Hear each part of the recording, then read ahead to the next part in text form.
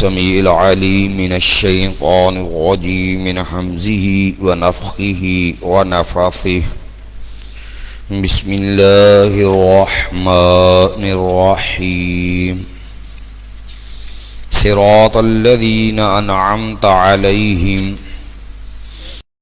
المغضوب عليهم ولا الضالين آمین۔ کل ہم نے سورہ فاتحہ کی آخری آیت جو ہے اس کو پڑھا، جس کے اندر ہم نے بتایا تھا کہ اس کے ترجمے میں لوگ عام طور پر غلطی کر جاتے ہیں اور ترجمہ کرتے ہیں غیر المغضوب علیہم ولا الضالین، کہ ان لوگوں کا راستہ جن پر تو نے انعام کیا، نہ ان لوگوں کا راستہ جن پہ غضب کیا گیا، نہ ان لوگوں کا راستہ جو گمراہ ہو گئے۔ حالانکہ اصولی طور پر یہ ترجمہ غلط ہے۔ غلط اس لیے ہے کہ ہم نے بتایا تھا کہ صراط الذین انعمت علیہم یہ موصوف ہے، یا اس کو مبدل منہ بناؤ، اور غیر المغضوب علیہم ولا الضالین، جب صراط الذین موصوف ہوگا تو یہ اس کی صفت بنے گا، یا اسے بدل بنا لے۔ اس صورت میں معنی یہ ہوگا ان لوگوں کا راستہ انعمت علیہم جن پر تو نے انعام کیا، غیر المغضوب علیہم نہ وہ رستہ جس پر جو ہے یعنی ایسا رستہ نہ اس پہ غصے ہوا گیا، غضب ہوا اس پر، ولا الضالین اور نہ وہ گمراہ رستہ۔ تو یہ صفات رستے کی ہیں، تو اس لیے ترجمہ کرتے وقت یہ چیز آپ نے خیال رکھنی ہے۔ یہاں پر ایک دوسرا بڑا مسئلہ عقیدے کا جو ہے وہ بھی سمجھنا ضروری ہے۔ یہاں پر اب دیکھیے کہ اللہ تعالیٰ نے انعام کرنے کی نسبت اپنی طرف کی ہے، صراط الذین انعمت علیہم، کہ ان لوگوں کا راستہ جن پر تو نے انعام کیا، یعنی اللہ نے انعام کیا۔ لیکن جب باری آئی ہے غضب کی اور گمراہی کی، ان دونوں چیزوں کی نسبت اللہ رب العالمین کی طرف جو ہے وہ نہیں ہے۔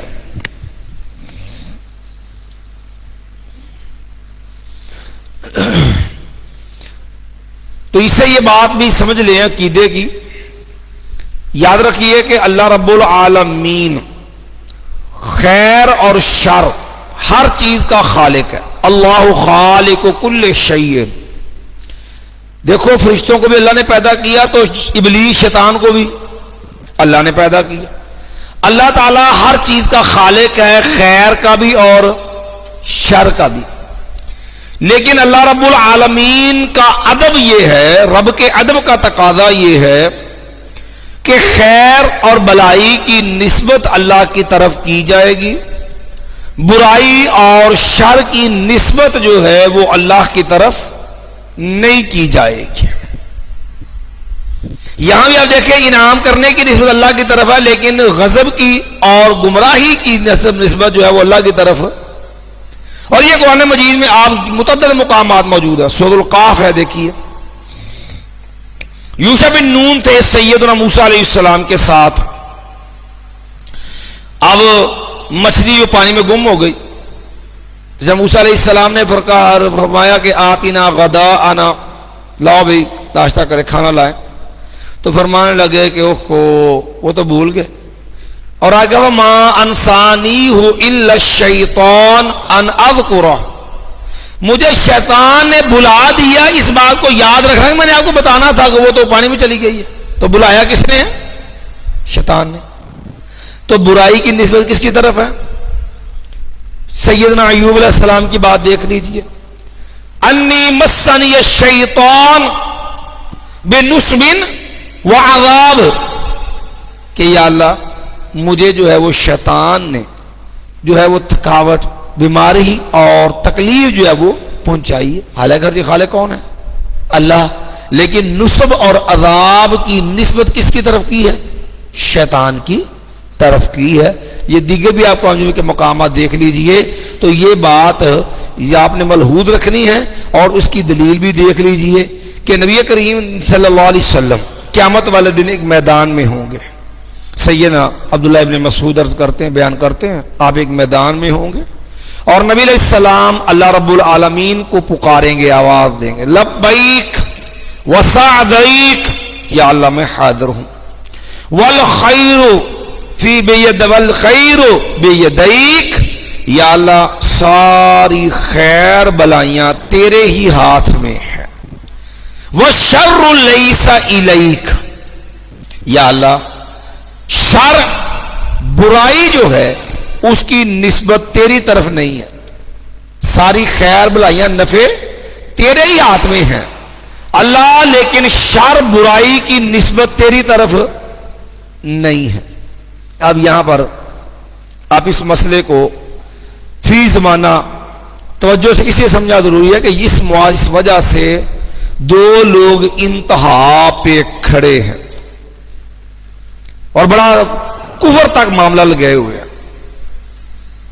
کہتے ہیں دیکھو جی ان اللہ علی کل شیء قدیر، اللہ ہر چیز پہ قادر ہے۔ اب شیطان نے ایک الٹے کام میں الجھا دیا لوگوں کو اور لوگ الجھ گئے۔ ہمارے ہاں دیوبندیوں کے اندر ایک مسئلہ ہے اور اس مسئلے کو کہا جاتا ہے امکان کذب، امکان کذب، کہ کیا معاذ اللہ العیاذ باللہ کہ اللہ تعالی جھوٹ بولنے پر قادر ہے کہ نہیں؟ قرآن کہتا ہے ان اللہ علی کل شیء قدیر۔ اب دیوبندی حضرات وہ ہیں جنہوں نے یہ بات لکھی ہوئی ہے کہ اللہ تعالیٰ چونکہ ہر چیز پہ قادر ہے لہذا وہ جھوٹ بولنے پر بھی قادر ہے اگرچہ بولتا نہیں ہے، حالانکہ یہ بات بھی غلط ہے۔ اور دوسری طرف دوسرے ہیں وہ کہتے ہیں کہ اللہ تعالیٰ جو ہے اس کے اندر یہ چیز ہے ہی نہیں، اللہ تعالیٰ اس جو ہے ویسے ہی ایسی چیز سے مبرہ ہے، اس کے اندر یہ صلاحیت ہی نہیں، حالانکہ یہ بات ہی غلط ہے۔ جب شریعت نے ادب سکھا دیا کہ اللہ خالق کل شیء، کہ لوگوں اللہ ہر چیز کا خالق ہے، لیکن یاد رکھو خیر کی نسبت رب کی طرف ہوگی، برائی اور شر کی نسبت رب کی طرف نہیں ہوگی۔ عرف میں بھی یہ چیز توہین کے زمرے میں آتی ہے۔ دیکھو ایک آپ کہتے ہیں کہ اللہ ہر چیز کا خالق ہے، یہ اللہ کی عظمت کی بریائی کی علامت ہے۔ اللہ ہر چیز کا خالق ہے، پوری کائنات رب نے پیدا کی، یہ اللہ کی عظمت کی علامت ہے۔ لیکن اگر آپ بری چیز کی نسبت کریں اللہ کی طرف کہ اللہ کی خلق کہ اللہ نے اللہ کتیاں دا رب ہے، الیاذ باللہ نعوذ باللہ من ذالک، اللہ سوراں دا رب ہے، دیکھو پیدا تو رب نے کی ہے، لیکن یہ نسبت کا انداز یہ گستاخی اور توہین کی طرف لے جاتا ہے۔ اس لیے نبی علیہ السلام نے یہ ادب سکھایا ہے، انعمت علیہم، جیسے ہم نے بات شروع کی کہ انعام اچھی چیز کی نسبت اللہ کی طرف ہوگی، برائی گناہ غلط چیز شر جو ہے اس کی نسبت اللہ کی طرف نہیں ہوگی۔ اور یہ معاملہ اتنا گمبھیر ہوا، پھر عامر ذا چونکہ خارجی انسان تھا، تکفیری تھا بدترین قسم کا، ہر آدمی کو کافر بنانے پہ کھڑا ہے، کیونکہ ہمارے ہاں یہ بریلیت میں بھی خارجیت تکفیر کوٹ کوٹ کے بھری ہوئی ہے، یاد رکھنا۔ یہ خارجی صرف وہی نہیں ہے جو بم بلاسٹ کرنے والے تھے، خارجی وہی نہیں ہے جو جگہ نہروان میں سید علی کے خلاف تھے، یہ جو ہمارے یہاں رضا خانی ہے یہ بھی تکفیری خارجی ہیں، یہ لوگ بھی ان فتاوی رضویہ بھرا پڑا ہے تکفیر سے امت کی۔ اور اسی عصبیت میں بڑی معذرت کے ساتھ احمد رضا بریلوی نے رب کو بھی گالیاں دینے میں باک محسوس نہیں کیا ہے۔ یہ بات ہم اس لیے عرض کر رہے ہیں، ہمارے ہاں طلباء رات ہیں، ہمارے معاشرے کے اندر یہ طبقہ، یہ فرقہ پرست گروہ جو ہے نا، اپنے مد مقابل مخالفین کو کافر قرار دینا، ان کو گستاخ بے ادب قرار دینا، یہ ثواب کا کام سمجھتا ہے، اور ان کا سب سے بڑا مشن بھی یہی ہوتا ہے کہ لوگوں کو گستاخ بے ادب اور کافر قرار دے دو۔ لیکن کہتے نا رہے ٹٹولتے اوروں کے عیب نہ تھی اپنے گناہوں کچھ خبر، جو پڑی اپنے گناہوں پر ایک نظر تو کوئی نگاہ میں برا نہ رہا۔ یہ میرے پاس ہے فتاوی رضویہ، یہ بات میں نے اس لیے کی ہے کہ بات وہ ہونی چاہیے کیونکہ یہ ہمارا سبق ہے، لیکن دلیل سے بات سمجھانا اس لیے ضروری ہوتا ہے کہ یہ معاملہ کس قدر گستاخانہ اور توہین امیز ہے کہ اس بات میں بال اتفاق ہے کہ اہل حدیث ہوں، دیوبندی ہوں، بریلوی ہوں، سب کا ایمان ہے بال اتفاق کہ اللہ ہمارا رب ہے، کسی کا اس میں اختلاف نہیں ہے۔ لیکن پھر اپنے جو ہے وہ بغض و عناد کی بنا پر رب کو گالیاں دینا، یہ کسی بدبخت گمراہ کا معاملہ تو ہو سکتا ہے۔ یہ آپ صفحہ نمبر 545 ہے۔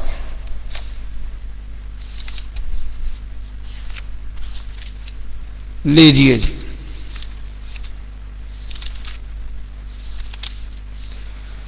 پہلے تو غیر مطلب شروع ہوئے ہیں جی کہ جی جناب فلاسفہ کے جھوٹے خدا، پھر جناب آریہ کے جھوٹے خدا، پھر مجوس کے جھوٹے خدا، پھر یہود کے جھوٹے خدا، نصارہ کے جھوٹے خدا، نیچری عقل پسندوں کے جھوٹے خدا، چکڑالویوں کے جھوٹے خدا، رافضیوں کے جھوٹے خدا۔ اب آ جائیے جہاں کلمے والے کھڑے ہیں، وہابیوں کے جھوٹے خدا۔ اور یہ لفظ اتنے خطرناک ہیں، اتنے غلیظ ہیں جو عامرزا نے استعمال کیے ہیں۔ آپ کو کسی وہابی، وہ آپ کسی دیوبندی پر اس کا لفظ اطلاق کریں یا کسی اہل حدیث پہ کریں، کسی بھی ذمہ دار مسلم عالم کی کتاب میں یہ لفظ نہیں ملے گا۔ اور یہ بریلوی مولوی ہیں، جامعہ نظامیہ کے سابقہ صدر مدرس تھے، اس نے یہ بات لکھی ہے۔ اس نے جو ہے اس کا نام تھا، یہ جامعہ نظامیہ کے تھے، یہ کتابیں بھی تباہ ہیں، میں بتا دیتا ہوں نام۔ اس نے بھی لکھا ہے کہ کسی دوسرے کو جو ہے وہ اپنے دل کی بڑاس گالی نکالنے کا طریقہ یہ بھی ہوتا ہے کہ نام دوسرے کا لے کر کے کہو کہ فلاں تجھے یہ گالیاں دیتا، دل کی بڑاس بھی نکل جائے گی، اپنے اوپر بات بھی نہیں آئے گی۔ بے عین ہی یہی کردار عامرزا بریلوی نے یہاں پر ادا کیا ہے کہ جو اللہ کو گالیاں دی ہیں اور بڑاس نکالی اپنے دل کی، اور کبھی نام لیا وہابیوں کا، کبھی نام لیا ہے جو ہے وہ دیوبندیوں کا، اور کہیں غیر مقلدوں کا۔ اب آپ دیکھ لیجئے لفظ ایسے خطرناک کہتا ہے کہ یہ جو ہے وہابی ایسے کو خدا کہتا ہے، ٹھیک ہے، جس کی کرتے کرتے آگے لفظ ہیں کہ جس کا کہتا جاہل رہے، ایسے کو بہکنا، بھولنا، سونا، اونگنا، غافل رہنا، ظالم ہونا، مر جانا، سب ممکن، کھانا پینا، پیشاب کرنا، پخانا کرنا، ناچنا، تھڑکنا، نٹ کی طرح کلا کھیلنا، عورتوں سے جمع کرنا، لواطت جیسی خبیث بے حیائی کا مرتکب ہونا، حتیٰ کہ مخنث کی طرح خود مفعول بننا، کوئی خباثت، کوئی فضیحت اس کی شان کے منافی، اس کے خلاف کوئی ایسا دنیا میں کلمہ پڑھنے والا نہیں ملے گا جو رب کے بارے میں ایسی بےہودہ بکواس کرے جو اس فتاوی رضویہ کے اندر اہل جو ہے وہابیوں کا، دیوبندیوں کا اور غیر مقلدوں کا نام لے کے عامرزا نے رب کے بارے میں بکواس کی ہے۔ تو یہ نتیجہ اصل میں کیا ہے؟ ان کا آپس کا اختلاف تھا کہ جو ہے وہ اللہ جھوٹ بولنے پہ قادر ہے کہ نہیں ہے۔ ایک گروہ کا جو ہے وہ تھا کہ برائی کی نسبت ہو سکتی ہے، دوسرا قائل نہیں ہے۔ اب اسی کے نتیجے کے اندر جو ہے وہ مد مقابل کو کافر، گستاخ، بے ادب قرار دینے کے لیے رب کو بھی گالیاں دے چھوڑی۔ انا للہ و انا الیہ راجعون۔ چلیے جی، بہرحال مسئلہ سمجھ آ گیا۔ اس لیے کوئی مسئلہ پوچھتا صاف کہو، اللہ ہر چیز کا خالق ہے، لیکن خیر کی نسبت رب کی طرف ہوگی، شر اور برائی کی نسبت رب کی طرف کرنا جائز نہیں ہے۔ دلیل والخیر کلہ بیدیک والشر لیس الیک ولا الضالین آمین۔ یہ فاتحہ مکمل ہونے پر آخر میں آمین کہنا ضروری ہے، فرض ہے، کیونکہ نبی علیہ السلام نے حکم دیا ہے اذا قال الامام غیر المغضوب علیہ ولا الضالین فقولوا آمین۔ جب امام یہ کلمات کہہ لے پھر تم نے آمین کہنا۔ اس کے بعد بھی کب کہنا ہے؟ امام کے ساتھ۔ اذا امن الامام فامنوا، جب امام آمین کہے تو تم بھی آمین کہو. فَإِنَّهُ مَنْ وَافَقَ تَأْمِينُهُ تَأْمِينَ الْمَلَائِكَةِ غُفِرَ لَهُ مَا تَقَدَّمَ مِنْ ذَنْبِهِ. جس کا آمین کہنا فرشتوں کے آمین سے موافق ہو گیا، غُفِرَ لَهُ مَا تَقَدَّمَ مِنْ ذَنْبِهِ، تو یاد رکھو اس کے پہلے سارے گناہ جو ہے وہ معاف کر دیے جائیں گے. اسی لیے امام بخاری رحمہ اللہ نے بھی اس پہ اونچی جہری آمین کہنے کا باب قائم کیا، عنوان قائم کیا. مولوی شریف کوٹلوی بریلوی نے دلائل المسائل کے اندر جو ہے فقہ الفقیہ میں یہ لکھا ہے، کہتے ہیں کہ دیکھو یہ جہری بات کہتے ہیں اونچی کہنا، اگر تو حدیث یہ ہوتی اذا امن الامام فامنوا، پھر تو جہری کہنا مراد ہو سکتا ہے. تو حالانکہ یہ لفظ صحیح بخاری کے اندر موجود ہیں تو لہذا جہری. پھر تیسرے نمبر پہ انہی الفاظ کی تفسیر آپ رسول اللہ صلی اللہ علیہ وسلم کے عمل سے لے لیجیے. سنن ابی داؤد میں لے لیجئے، جامع الترمذی میں ہے کہ نبی علیہ السلام جب آمین کہتے مد بہا صوتہ، نبی علیہ السلام اپنی آواز کو لمبا کرتے تھے، کھینچتے تھے. رفع بہا صوتہ، آپ اپنی آواز کو اونچا کرتے تھے. اب یہ دونوں لفظ رفع بہا صوتہ مد بہا صوتہ دونوں لفظ لے لیجئے. اب دونوں کو کر کے دیکھ لیجئے. اخفاء کے اندر آہستہ کہنے میں یہ دونوں صورتیں ممکن نہیں ہوتی. یہ اسی وقت ممکن ہے جب آواز اونچی بھی ہوگی لمبی بھی آمین، مد بھی ہوگی صوت بھی ہوگی. لیکن ہمارے ہاں یہ بات، ہمارے ہاں بعض لوگ اپنے فرقہ وارانہ مسلک کی وجہ سے آمین کہنے کے قائل نہیں، حالانکہ واضح حدیث ہے، بالکل صریح واضح کہتے ہیں. دیکھیے جی آمین دعا ہے، لہذا دعا کا ادب یہ ہے کہ دعا آہستہ کی جاتی ہے، اونچی نہیں، کیونکہ آمین کا معنی ہوتا ہے عجیب، یا اللہ تو یہ دعا قبول فرما لے. پھر آگے نبی علیہ السلام کے اس عمل اور واضح حدیثوں کے مقابلے میں قرآن مجید کی آیت لے کے آئیں گے مخالفت میں.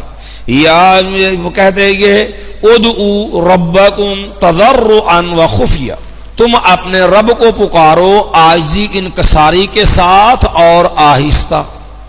تو کہتے ہیں دعا کا ادب سکھایا نا کہ آپ نے عاجزی انکساری سے دعا کرنی ہے اور آہستہ کرنی ہے. تو آمین دعا ہے، لہذا آمین کیا ہوگی؟ آہستہ ہوگی. اور اللہ کے بندو، قرآن کس پہ نازل ہوا؟ رسول اللہ صلی اللہ علیہ وسلم پہ. کیا نبی علیہ الصلوۃ والسلام سے بڑھ کے دنیا میں وہ قرآن جان سکتا ہے؟ نبی علیہ السلام صاحب قرآن ہے. نبی علیہ الصلوۃ والسلام آمین کہتے ہیں مد بہا صوتہ، آواز کو لمبا کر رہے ہیں. رفع بہا صوتہ، کیا الیاذ باللہ اللہ محفوظ فرمایا کہ اللہ کے نبی علیہ السلام کو دعا کے ادب کی یہ آیات نہیں سمجھ آئی تھی؟ یہ ظالمانہ طریقہ ہے جب سنتے رسول کے مقابلے کے اندر جو ہے غلط معنی آیت کو پہنا کر کے آپ ٹکراؤ پیدا کرتے ہیں. قرآن کی آیت کا آیت سے، یا قرآن کی آیت کا حدیث ہے، یا حدیث کا حدیث ہے، جب غلط معنی پہنا کر کے آپ ٹکراؤ پیدا کریں گے، یہ ظالمانہ طریقہ ہے. اور یہ تقلیدی مذاہب کی مجبوری ہوتی ہے اپنے باطل مذہب کے دفاع کے لیے ایسا کام کرنا. حالانکہ دیکھ لیجئے خود دعا کون سا آہستہ کرتے ہیں. اب کسی مسجد میں چلے جائیے دیوبندی بریلیوں میں، نماز کے بعد دعا کرتے ہیں کہ نہیں؟ آہستہ ہوتی کہ اونچی ہوتی ہے؟ بھئی وہ دعا کا ادب نماز کے بعد آپ کو کیوں بھول جاتا ہے؟ جب نماز کے بعد جو ہے وہ امام کا منہ قبلے جانا بھی ہوتا ہے، وہاں سے دعا شروع کرتا ہے، یہ رخ موڑ کے مقدیوں کی طرف پھر شروع کر دیتا ہے، وہ تو اونچی دعا کرتا ہے. تو وہ دعا کا ادب تو آپ کو بھی نہیں آتا. اگر دعا کا یہ ادب آپ کو ملحوظ تھا تو آپ اونچی دعا کیوں کرتے ہیں؟ جنازے کے بعد اونچی دعا کیوں کرتے ہیں؟ حالانکہ وہاں بھی دعا ہے ہی نہیں شریعت میں. ایک آپ نے خود بنا لی، اوپر سے جو ہے وہ اونچی بھی کرتے ہو. کدھر گیا دعا کا ادب؟ رائے منڈ کے لیے پوری دنیا سے حج پہ بھی تمہیں پریشانی لگی ہوتی ہے جی، حج سے بڑا اہتمام رائے منڈ میں ہوتا ہے، اور وہاں دعا کے لیے دوڑ رہے ہوتے ہو. وہاں نماز جو ہے وہ سپیکر میں نہیں ہوگی، کسی کو آمین نہ سن جائے، لیکن دعا سپیکر میں ہوگی. تو کدھر گیا وہ دعا کا ادب؟ اونچی جو دعا جو ہے وہ ادعوا ربکم تضرعا وخفیا، کہ دعا آہستہ ہوتی ہے کیا رائمنڈ میں یہ قرآن نہیں چلتا؟ وہاں یہ ادب نہیں ہے؟ بہرحال ایک اور دعا کرتے ہیں کہ اللہ کے نبی نے فرمایا کہ فَإِنَّ مَنْ وَافَقَ تَعْمِينُهُ تَعْمِينَ الْمَلَائِكَةِ غُفِرَ لَهُ مَا تَقَدَّمَ مِنْ ذَنبِهِ، جو آمین کہتا ہے جس کی آواز فرشتوں کی آمین سے موافق ہو گئی، اس کے پہلے سارے گناہ کیا ہو جائیں گے؟ معاف کر دیے جائیں گے۔ غفر لہ ما تقدم من، کہتے جی کبھی فرشتوں کی آواز سنی ہے آپ نے؟ کہتے کبھی آپ نے فرشتوں کی آواز سنی ہے؟ اچھا اس کا مطلب ہے پھر فرشتے آہستہ کہتے ہیں نا، اسی لیے نا آواز سنو، پھر تم بھی آہستہ کہا کرو۔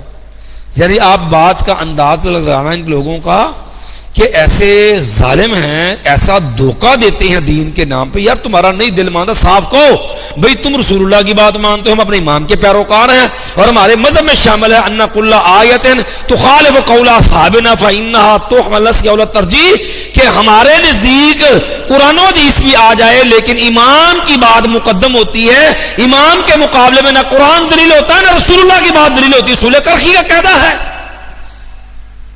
نہ ہو تو حال زمانہ میں دیکھنا ہو تازہ۔ آپ مولانا منظور مینگل صاحب جو ہے جامعہ فاروقیہ کے، ان کے مدرس تھے، شیر کے جو ہے وہ مناظر بھی ہیں کراچی کے، آپ ان کی تحفۃ المناظر اٹھا لیجیے، انہوں نے یہ قاعدہ لکھا تقلید کے بیان کے اندر کہ جو ہے ایک طرف قرآن حدیث ہو ایک طرف قول امام ہو تو مقلد جو ہے وہ قول امام کے جو ہے قرآن حدیث چھوڑ دیتا ہے، قول امام کو وہ لے گا۔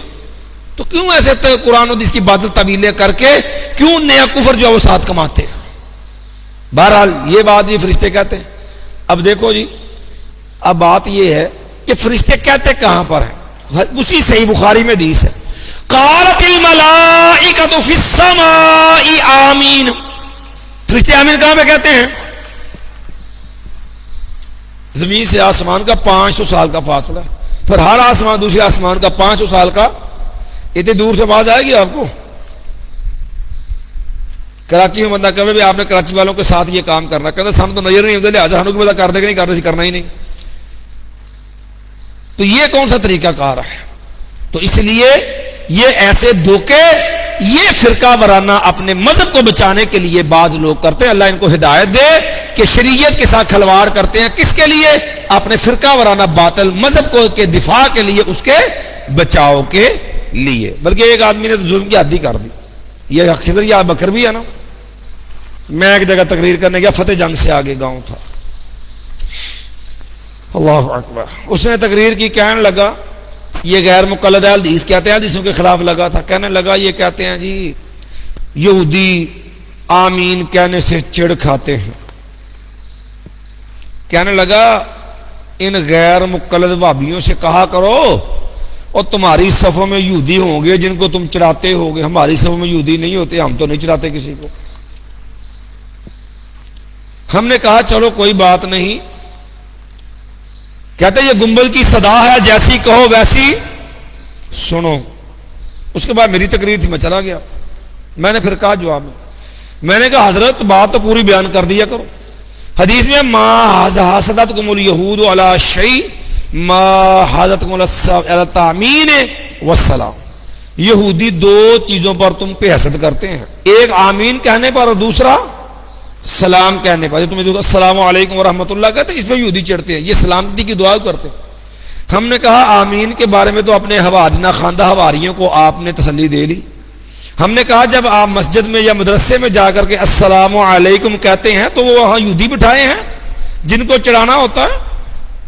گھر میں جب آپ داخل ہوتے ہیں تو جا کر گھر والوں کو السلام علیکم کہتے ہو، گھر میں کون سے یہودی اور یہودن بٹھائی ہیں جن کو تم نے چڑھانا ہوتا ہے، جس کے لیے سلام کہتے ہو؟ فما و جوابکم ہوا جوابنا۔ چلیے جی، یہ سورہ الفاتحہ، اس کے بعد ہے سورۃ البقرہ۔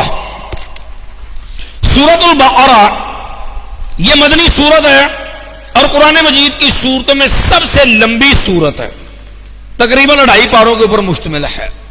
اس سے لمبی سورت پورے قرآن مجید کے اندر کوئی نہیں ہے، اور قرآن مجید کی سب سے لمبی آیت وہ بھی اسی سورت کے اندر ہے، جسے آیت مداینہ، قرض والی آیت کہتے ہیں۔ قرآن مجید کی سب سے عظمت والی آیت وہ آیت بھی اسی ایک سورت کے اندر ہے، آیت الکرسی۔ نبی کریم صلی اللہ علیہ وسلم نے فرمایا من اخذ السبع الاول فهو حبر، مسند احمد کی حدیث ہے۔ نبی علیہ السلام آیا کہ جو پہلی 7 سورتوں کو سیکھ لیتا ہے، مایا فهو حبر، وہ بہت بڑا عالم بن جاتا ہے۔ اور اس میں یہ پہلے نمبر پر ہے بڑی سورتوں میں سے السبع الاول، بلکہ دوسرے نمبر پہلی سورۃ فاتحہ ہے، دوسرے نمبر پر سورۃ البقرہ ہے۔ جو میں پہلی 7 سورتیں جو سیکھ لیتا ہے وہ بہت بڑا عالم بن جاتا ہے۔ اسی طرح رسول اللہ صلی اللہ علیہ وسلم نے فرمایا لوگوں 2 روشن نور ہیں، اقرأ الزہراوین، 2 روشن نور جو ہیں ان کو پڑھنے کا اہتمام کرو، روشن پھولوں کو۔ اب قیامت کا دن ہوگا یہ 2 بادلوں کی طرح، یا یہ 2 جو ہیں وہ جھنڈ اس کی صورتوں میں یا پرندوں کی صورت کے اندر اپنے پڑھنے والوں کے اوپر سایہ کر کے آئیں گی اور اپنے رب سے جھگڑیں گی حتیٰ غفر لہ، حتیٰ کہ پڑھنے والوں کو معاف کر دیا جائے گا۔ تیسری فضیلت نبی نے فرمایا کہ یہ سورہ بقرہ سنام القرآن، میں یہ قرآن مجید کی کوہان ہے، وہ نمایاں حصہ جس سے اس کی پہچان ہوتی ہے، وہ اس کو پہچانا جاتا ہے۔ آپ نے اس کو سنام القرآن قرار دیا ہے۔ چوتھی چیز رسول اللہ صلی اللہ علیہ وسلم لوگوں لا تجعلوا بیوتکم قبورا واقرؤوا فیہ سورۃ البقرہ فإن البیت الذی تقرأ فیہ سورۃ البقرہ، اور لوگوں اپنے گھروں کو قبرستان نہ بناؤ، اس کے اندر جو ہے وہ سورۃ البقرہ پڑھو۔ جس گھر کے اندر سورہ بقرہ پڑھی جائے شیطان اس گھر کے اندر نہیں ٹھہر سکتا۔ اور آپ نے مایا ان اخذها برکاتن، اس کا پڑھنا سورہ بقرہ کا یہ باعث برکت ہے۔ وترکها حسرتن، اس سورت کو تلاوت چھوڑ دینا، اس کو سمجھنا چھوڑ دینا، اس کو چھوڑنا افسوس اور حسرت کا باعث ہو، قیامت کاش میں اس کی تلاوتیں کرتا، اس کو پڑھا کرتا۔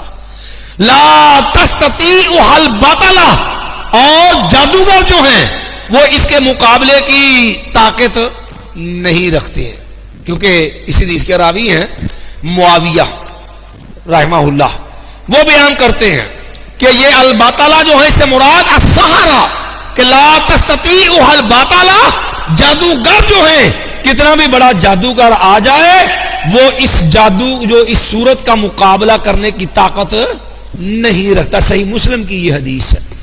اور یہ مسئلہ آپ نے سمجھ لینا، شروع میں لا تجعلوا بیوتکم قبورا، گھروں کو قبرستان نہ بناؤ، اس میں سورۃ البقرہ پڑھو۔ اب آپ نے جس گھر میں قرآن کی تلاوت نہیں ہوتی اس گھر کو تشبیہ دی ہے کس سے؟ قبرستان سے۔ اور نہ تلاوت کرنے والے قبروں میں کون ہوتے ہیں؟ مردے، وہ پڑھنے میں کا اختیار نہیں رکھتے۔ اور قرآن نہ پڑھنے والے کو نبی نے تشبیہ دی گئی ہے مردے کے ساتھ۔ جس گھر میں قرآن نہیں پڑھا جاتا، سورہ بقرہ نہیں پڑھی جاتی، گویا کہ وہ گھر قبر ہے، اور جو نہیں پڑھتا گویا کہ وہ مردہ ہے۔ لا تجعلوا بیوتکم قبورا، یہ ایک اور مسئلہ بھی حل ہو گیا۔ قبر کے اوپر قرآن نہیں پڑھا جاتا، ورنہ قبر سے تشبیہ دینے کی ضرورت ہی نہیں تھی۔ اگر قبروں کے اوپر قرآن پڑھنے کا جواز ہوتا ہے اسلام میں، قبروں کے اوپر قرآن پڑھنے کا، قبروں کے اوپر یاسین پڑھنے کا، قبروں کے اوپر بیٹھ کر کے قرآن پڑھنے کا، تلاوت کرنے کا شریعت میں کوئی جواز ہوتا تو آپ اس کو قبر گھر کو، اس گھر کو قبر سے تشبیہ نہ دیتے جس گھر میں سورہ بقرہ نہیں پڑھی جاتی، کیونکہ وہ گھر جو ہے وہ قبر تلاوت سے خالی ہوتی ہے اور مرنے والا پڑھنے سے عاجز ہوتا ہے۔ تو جس گھر میں نہیں پڑھی جاتی گویا وہ گھر قبرستان ہے، جو تلاوت سے کیا ہے؟ خالی ہے۔ تو معلوم ہوا کہ قبروں پہ قرآن پڑھنا جائز نہیں ہے۔ بات سمجھ آئی ہے کہ یہاں تشبیہ کیا ہے کہ مشبہ بھی ہی ہے قبر، مشبہ جو بھی جسے تشبیہ دی گئی وہ قبر ہے۔ کس کو دی گئی؟ اس گھر کو جس میں قرآن نہیں پڑھا جاتا۔ تو مشبہ بھی میں وجہ شبہ زیادہ طاقتور ہوتی، بڑھ کے ہوتی ہے، بالکل قرآن کا کوئی تصور نہیں ہوتا ہے۔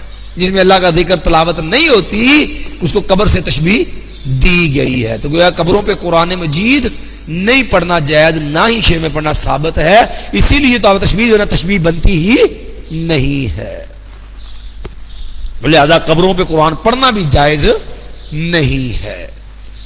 چلیے جی، سورۃ البقرہ، اس سورت کی وجہ تسمیہ البقرہ، یہ اس میں جنس ہے اور یہ مونس کے لیے استعمال ہوتا ہے۔ اس کے مقابلہ میں، بقرہ کے مقابلہ میں ہوتا ہے ثور، بیل۔ ہمارے دادا استاد ہیں، فوت ہو گئے، اللہ ان کی مغفرت فرمائے، مولانا فیض الرحمان ثوری رحمۃ اللہ علیہ، استاد محترم مفتی مبشر ربانی حافظہ اللہ، اللہ استاد محترم کو صحت عطا فرمائے، استاد محترم کے بھی استاد ہیں، جیلم کے اندر استاد محترم نے ان سے جو ہے وہ پڑھا، ان کا نام مولانا فیض الرحمان ثوری۔ یہ آپ جامع ترمذی پڑھتے ہیں، جامع ترمذی کی شرح ہے تحفۃ الاحوذی، تحفۃ الاحوذی کے اندر حافظ عبد الرحمن مبارکپوری رحمۃ اللہ علیہ بعض جگہ پر کوئی روایت جو ہے امام ترمذی نے وفی الباب کے تحت جو روایات کی طرف اشارہ دیتے ہیں، ان کی تخریج تو کی ہے لیکن بعض جگہ وہ روایات نہیں ملی، فرمایا لم اجد، مجھے یہ روایات نہیں ملی ہیں۔ ان روایات کو تلاش کر کے ان کا احاطہ کر کے وہ تحفۃ الاحوذی کے حاشیے کے اوپر چڑھائی ہوئی ہیں، پوری جو مکتبہ فروقیہ کراچی سے نسخہ چھپا اس پر چڑھی ہوئی ہیں مولانا فیض الرحمان ثوری رحمۃ اللہ علیہ نے۔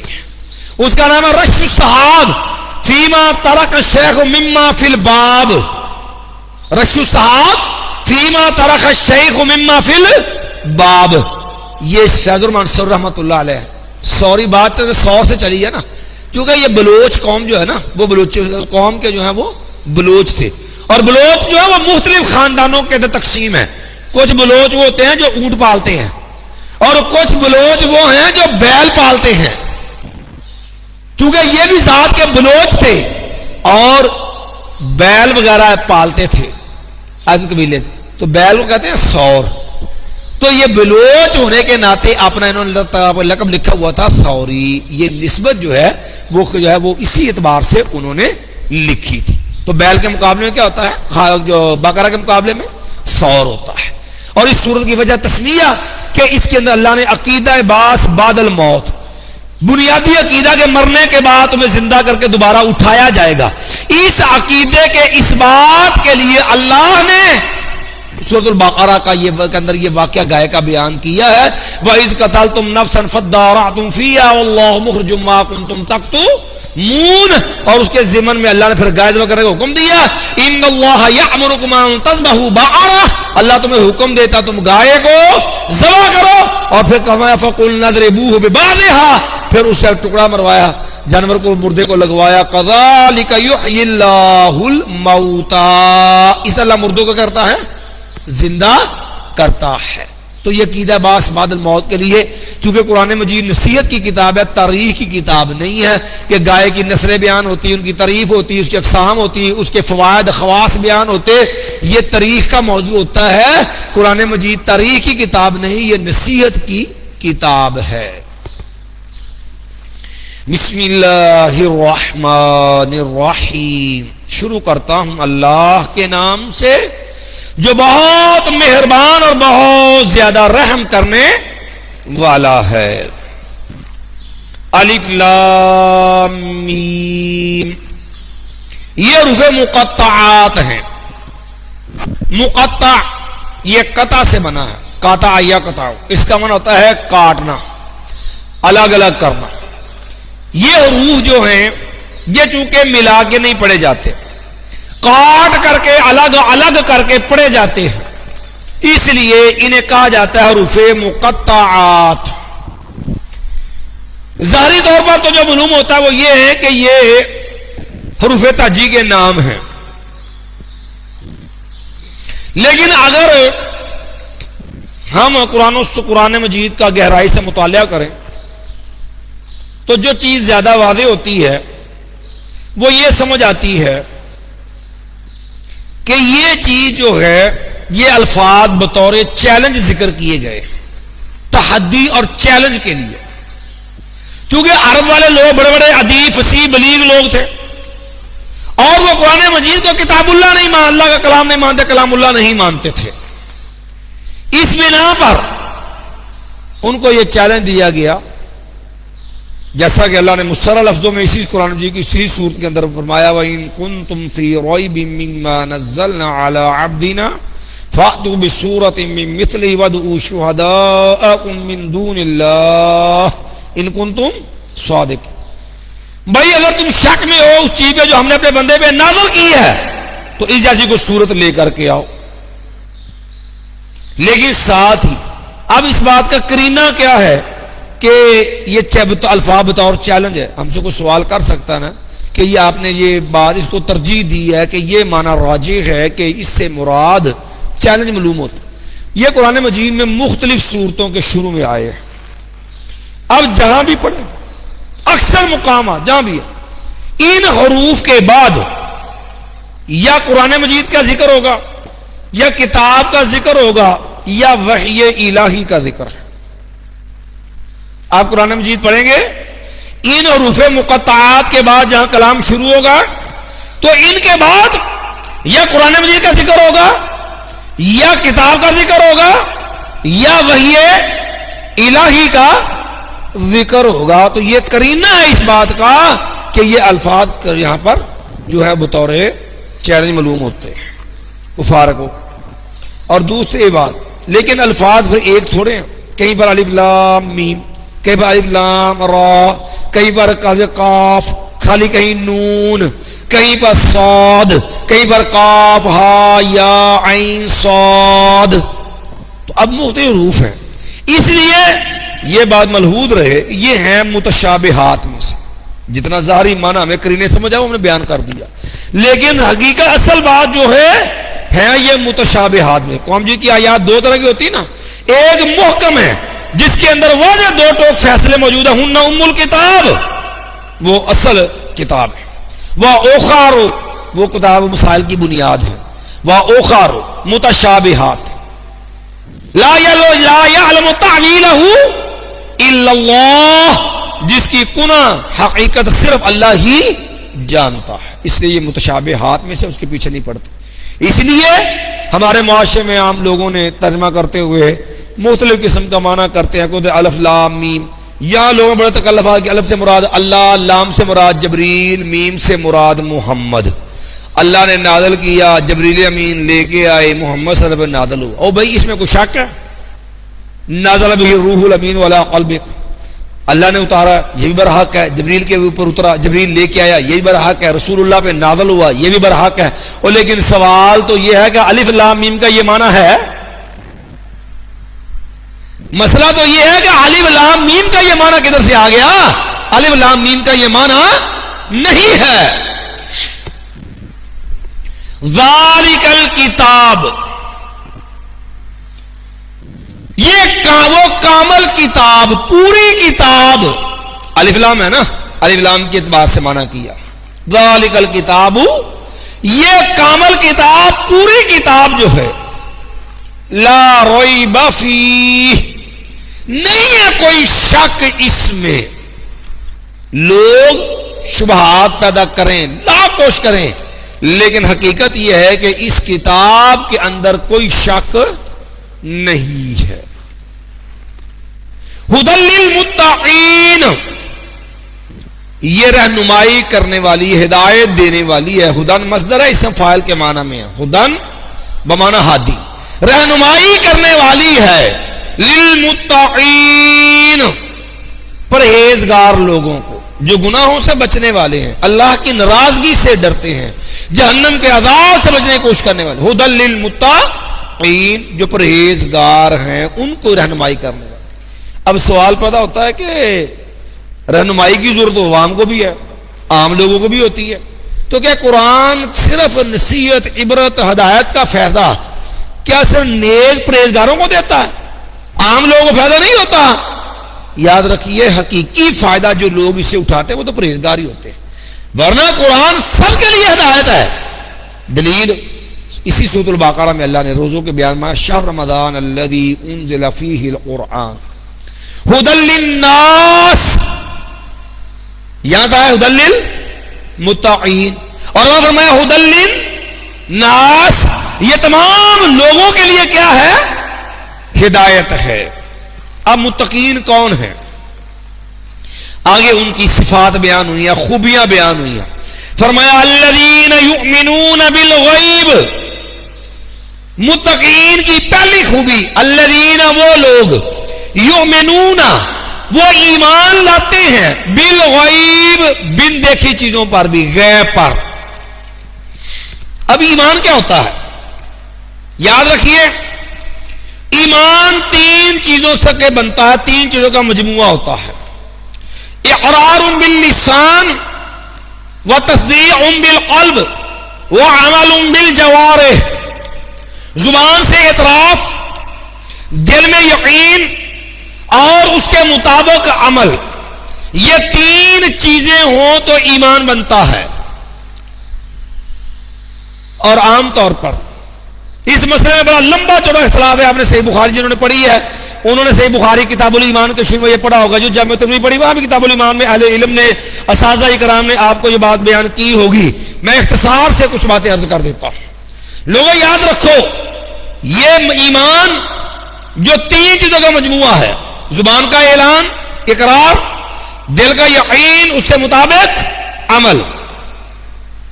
اگر زبان کا اعتراف ہی نہ ہو تو یاد رکھنا یہ کفر ہوتا ہے. دل سے بغیر بندہ مانتا بھی ہو کیوں نہ. ابو طالب کا کیا مسئلہ تھا؟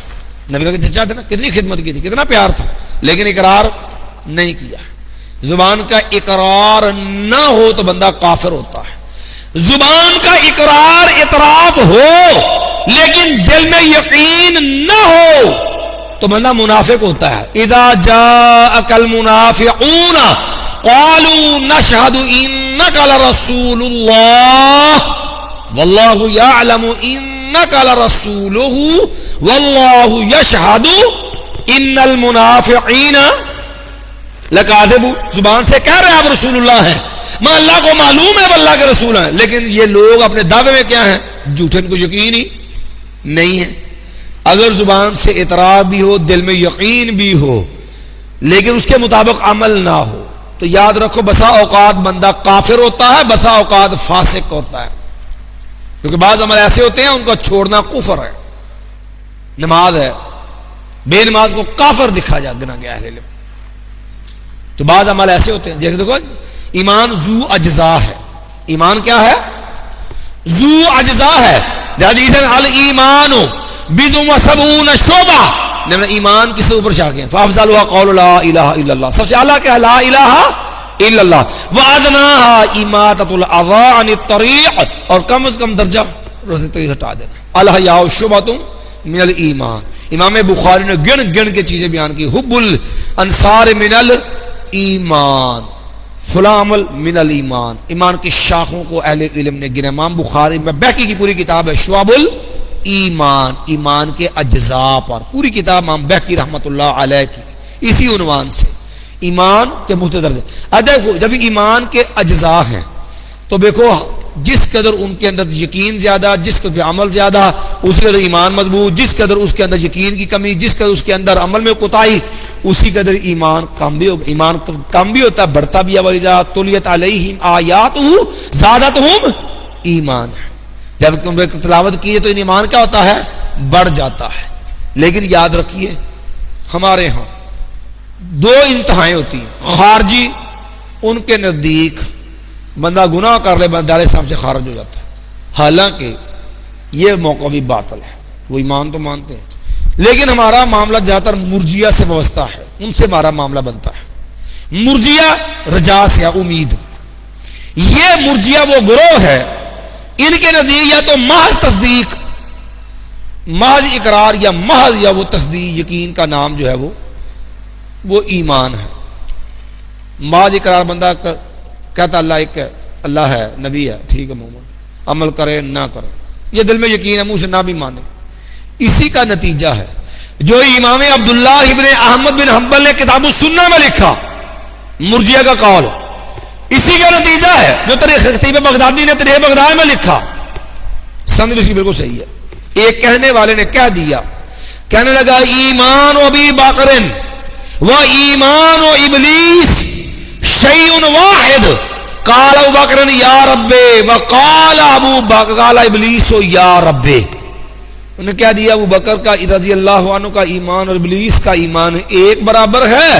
ابو بکر نے بھی کہا یا رب، ابلیس نے بھی کہا یا رب. یہ اسی رجا کا نتیجہ ہے، یہ مرجیہ کے نتیجہ ہے. اور کہنے والے بھی بڑے بڑے نامی گرامی ہیں، اور امام عبداللہ بن عامر حنبل نے باقاعدہ یہ کتاب السنہ کے اندر اس کی وضاحت کی ہے، نقل کیا ان کا یہ قول، سند بھی اس کی بالکل صحیح ہے. تو یہ نتائج بڑے خطرناک ہیں اس چیز کے. ہمارے ہاں اب بھی حنفیہ اس چیز کے قائل کھڑے ہیں کہ ایمان جو ہے ذو اجزاء نہیں، ایمان بسیط چیز ہے، اور جو ہے یہ کم اور زیادہ نہیں ہوتا، لیکن یہ گمراہی ہے. تو پہلی چیز آ گئی یؤمنون، وہ ایمان لاتے ہیں. تو سمجھ آ گئی کہ ایمان ذو اجزاء ہے، بسیط نہیں. ایمان کم بھی ہوتا ہے، ایمان بڑھتا بھی ہے، ایمان گھٹتا بھی ہے. چلیے جی، الذین یؤمنون بالغیب، وہ ایمان لاتے ہیں کس پر؟ غیب پر. جو چیزیں ان کی عقل سے مابرا، جو ان کے حس مشاہدے سے، جن کے حس جس چیز کا ادراک نہیں کر سکتی، عقل اس کا ادراک نہیں کر سکتی، لیکن وہ مستند ذرائع سے ثابت ہیں، وحی سے ثابت ہیں، قرآن سے، سنت سے. اگر ان کو نظر آئے نہ آئے، عقل اس کا ادراک کر سکے نہ کر سکے، حس مشاہدے میں حس اس کا ادراک کر سکے نہ کر سکے، ان کا ایمان ہے وہ برحق ہے، اس کا انکار جائز نہیں ہے. یہ آپ دیکھ لیجیے، اللہ کو مانتے ہیں، دیکھا کسی نے؟ اللہ برحق ہے. فرشتوں کو دیکھا کسی نے؟ اللہ کی مخلوق کو بل ہم عباد مکرمون لا یعصون اللہ ما امر ویفعلون ما یؤمر. ہمارا ایمان ہے کہ اللہ کے یہ بندے ہیں، معزز بندے ہیں. کیا جنت جہنم کسی نے دیکھی ہے؟ جنت ساتوں آسمان سے اوپر، جہنم ساتوں زمینوں سے نیچے، کسی نے دیکھی ہے؟ نہیں. ان الجنت حق والنار حق، جنت برحق ہے، جہنم برحق ہے. اللہ کے نبی نے بیان کی، قرآن نے بیان کی. پھر اسی طرح جو ہے اس کے علاوہ جو ہے قبر کا معاملہ لے لیں. قبر کے اندر عذاب بھی ہوتا ہے، قبر کے اندر راحت بھی نصیب ہوتی ہے، مومن کو راحت ہوتی ہے، کافر کو عذاب ہوتا ہے. اب قبر جو ہے وہ میت کو دباتی بھی ہے، قبر جو ہے وہ کھلتی بھی ہے، وہ حفرۃ من حفر النار بھی ہے، یا جو ہے روضۃ من ریاض الجنہ بھی ہے، یا وہ جنم کے گڑھوں میں سے گڑھا بن جاتی ہے، یا جنت کے باغ میں سے ایک کیسے بنتی ہے. اب یہاں بھی معتدلی عقل پرست جو ہے وہ لے کے بیٹھے تھے، یہ قبر ایک انچ ہو سکتا، ہوں کیوں نہیں گھوڑے بھی لنگ دے، اب کیوں نہیں جی وہ عذاب ہوتا، اب وہ قبر یہ کیسے ہو سکتا ہے کہ قبر تانگ ہو، قبر کھلے، ساتھ فلاں بھی ہے، فلاں بھی. لمبی چوڑی عقلی موشگافیاں کرتے ہیں، حالانکہ یہ قبر کا معاملہ یہ دنیا تو ہے ہی نہیں. ان القبر اول منزل من منازل الاخرہ، یہ آخر معاملہ پہلا مقام ہے، یہ برزخی معاملہ ہے، اخروی معاملہ ہے. تو انسان کی عقل، انسان کی حس، انسان کا علم اس کا احاطہ نہیں کر سکتا، اس کا جو ہے ادراک نہیں کر سکتا. لہذا شریعت نے ہمیں بتا دیا قبر کے اندر یہ معاملات ہوتے ہیں، ہمارا ایمان ہے برحق ہے، کیونکہ یہ ایمان بالغیب کا حصہ ہے. الذین یؤمنون بالغیب. اس طرح جو ہے یہ ایمانیات اب آپ دیکھ لیں، حدیث جبریل کے اندر آتا ہے کہ نبی علیہ السلام سے پوچھا کہ مل ایمان انتم باللہ وملائکتہ وکتبہ ورسلہ والخیر شر والقدر خیرہ شرہ. ٹھیک ہے، یہ ساری چیزیں ایمانیات میں شامل ہیں. اب ساری چیزیں جو ہے ہمارے ادراک سے، اس کا ہم عقل سے، علم سے کیا آتا نہیں کر سکتے. تو فرمایا الذین یؤمنون بالغیب، وہ لوگ جو ایمان لاتے ہیں کس پر؟ غیب پر. وَيُقِيمُونَ الصَّلَاةَ، اور وہ قائم کرتے ہیں، ادا کرتے ہیں نماز. یہ بھی ہمارے یہاں ایک مسئلہ بن جاتا ہے. ہمارے یہاں جتنے معاشرے منکرین حدیث ہے نا، یہ بات الو باٹے جاہل ہوتے ہیں بالکل. اردو تک لٹریچر پڑھا ہوتا ہے، نہ کسی استاد سے بیٹھ کے جو ہے یہ جو ہے قرآن سیکھا، نہ انہوں نے سنت پڑھی، نہ دین کے اوپر عبور، صرف عقل سے، اردو تراجم سے اپنی عقل پہ موشگافیاں شروع کر دیتے ہیں، پھر قرآن مجید کی باتیں طویلیں کرتے ہیں. اسی کا نتیجہ ہے کئی تو سرے سے نماز کے منکر ہیں.